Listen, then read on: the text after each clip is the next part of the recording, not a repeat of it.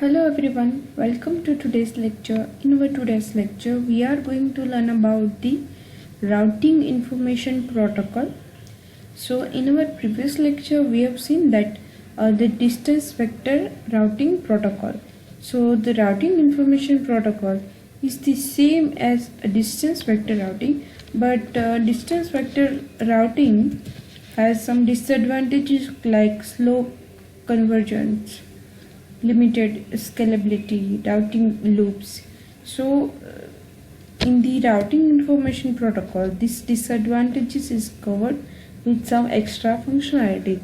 So it is work like same as the distance vector routing, but it provides some extra functionality. So the routing information protocol is an intra-domain routing protocol used inside an autonomous system. So any protocol that is used inside the system are called the intra-domain. So it is a very simple protocol based on distance vector routing. Routing information protocol uses the services of UDP protocol on well-known ports 520. So the routing information protocol use the port number 520 and also use the services of user datagram protocol that we already seen. So all the functionality is provided by UDP is used by this protocol.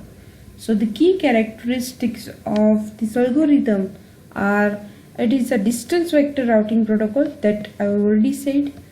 Hop count is used as the metric for path selection.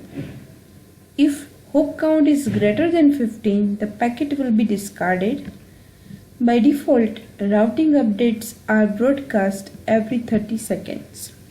So these are some functionality of this algorithm, in which if the packet is traveled more than 15 hops, so then the packet will be discarded. So it prevents two routing loops. Hop count is also used as metrics for path selection. So it use some metrics for the next path selection. And by default, the updates is provided to all the nodes or all the routers on the network is 30 seconds. So at every 30 seconds, the information is broadcasted to every routers in the network. So this are the basic characteristics of this routing information protocol. So now next term is a convergence. So the routing convergence is reached when, so there are further reasons, and by this reason the router convergence is reached. So first is all routing table in the network contains the same network information. Router continue to exchange routing information, and if no new information is found, then the convergence is reached. So these are the three conditions in which router convergence is reached. Now next is a timer. So this algorithm provides mainly four types of timers. So the first timer is a update timers. At which time, at what time the information, the routing information is provided or updated on the networks. So that is provided by the update timer. So the default routing information protocol updates interval 30 seconds. So at every 30 seconds it broadcasts the information to the network. To change or update the this routing information interval, we need to set the one parameter, which is a update timer second. So we'll update based on our requirements. Next is a passive interface command.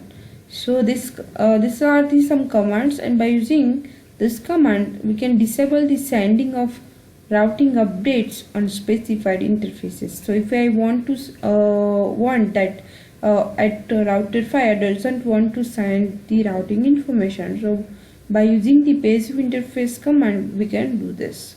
So this is the work of first timer, which is an update timer. The second timer is an invalid timer. So if an update has not been received for a long time, suppose after 180 seconds, So the router is marked as a invalid by setting the metric to 60. So here the default time is a 180 seconds for invalid timer. So after 180 seconds, if the information is not received by the router, so that router is marked as a invalid. Yes, we already know that the information is by default routed at every 30 seconds, but we are providing some time limit, and in that time limit, if information doesn't received at that router, so the router is marked as a invalid router. Now third timer is a hold down timer. So once a router is marked as a unreachable, it must stay in hold down long enough for all routers in the topology to learn about the unreachable networks. So the by default the hold down timer is set for 180 seconds. Once invalid timer marks the router as unreachable, then after the router must stay in hold on time. That hold on time is provided by the hold down timer. By default the value of hold down timer is 180 seconds. So after router is marked as unreachable, then after the hold down timers hold that routers unreachable for 180 seconds by default. So in this time, each and every routers in the topology or in the network get the information that this router is marked as a unreachable. So that is why we need a hold down timer. The fourth timer is a flush timer. So by default the flush timer is set for 240 seconds, but when the flush timer expires, the router is removed from the routing tables. So flush means flushing out the router from network. So it is removed from the routing table. So that are the four timers that is provided by this algorithm. Now the next is routing loops. So how it can handle the routing loops. So first let's understand what is the routing loops and in which situation it creates. So a condition in which packet is continuously transmitted within a series of routers without ever reaching its destination. So that situation is called the routing loops. Suppose there are 5 routers is connected on the network. Each has their own IP address. The packet that is sent by the host A is traveling from router 1, then 2, then 3 and 4, and then again 1. Why? Because it doesn't get the proper destination because the packet has the IP address that is not reachable. So in that situation, it continuously routing or transmitted within a series of routing without reaching its destination. So in that situation, routing loops are created.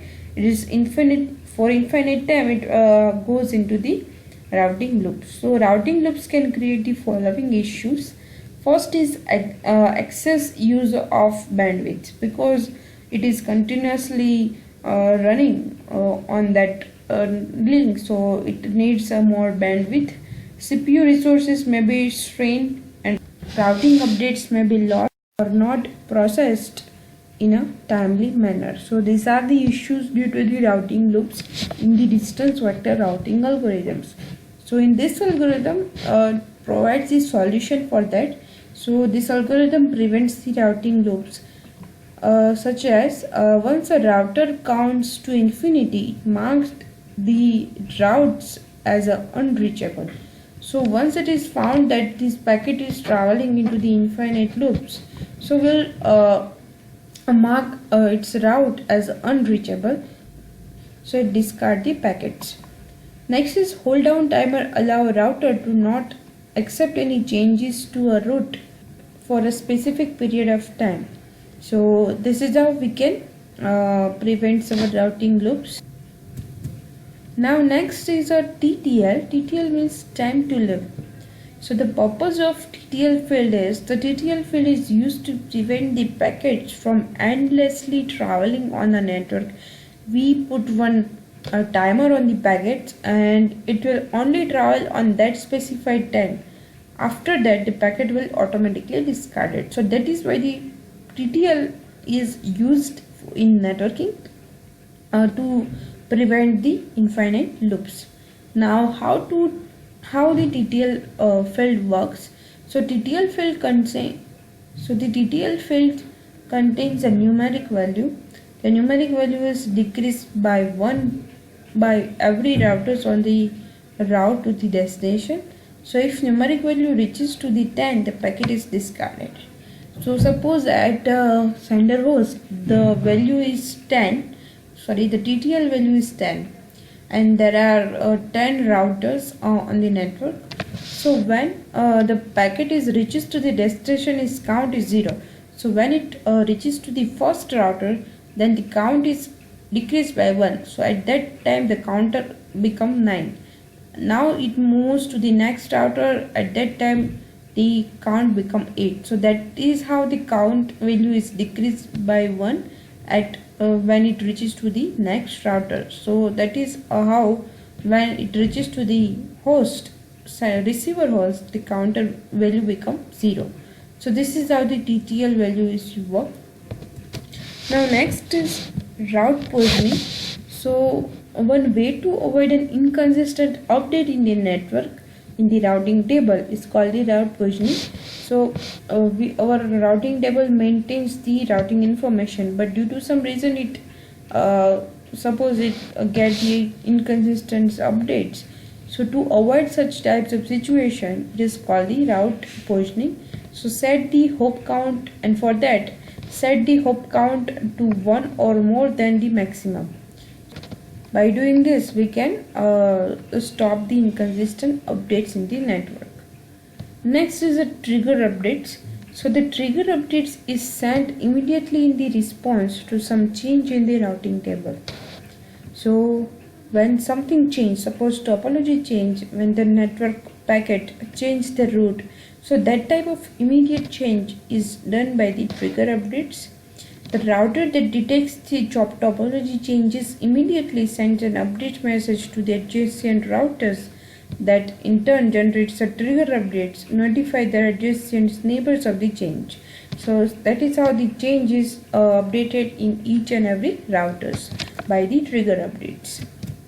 So now this is the image where two node wants to communicate with each other. So this is a two node instability. So suppose first is before failure, before it sends the package, A and B is a node, it has a distance 4, and this is a routing table maintained here. So suppose here at the node A value is 2, but after failure it becomes the infinite. It means a packet goes into the infinite loop. Now next is after A receives the update from B. As now packet reaches to the B. Now B provides update to each and every node in the networks. So after getting update of each routes in the network, the routing table looks like this. Same as after B receives update from A. If A is send the routing information in the network, so this updation is also change in the routing table. And at the end, when finally it reaches to the destination, both A and B's values become infinite. And same as in the 3 node, if it is a 3 node, then the information is updated at both the nodes. So this is how the routing information protocol is used. That's it about routing information protocol. Thank you so much for listening.